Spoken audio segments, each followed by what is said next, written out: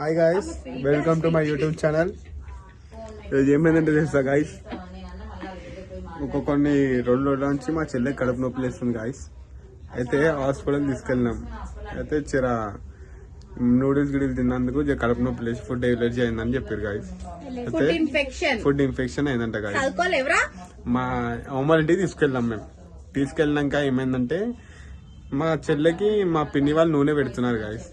నూనె పెడుతుంటే ఎంటికలు మొత్తం జిడ్డు ఉన్నాయంట.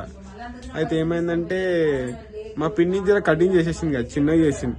చిన్నగా ఎంత అంటే చూపించాలంటే చూడండి గాయస్, గుండు కొట్టేసారు. గుండు కొట్టేసారు గాయస్. ఎంత సంతోషంగా ఉందంటే చెప్పలేకపోతున్నా గాయస్. గుండు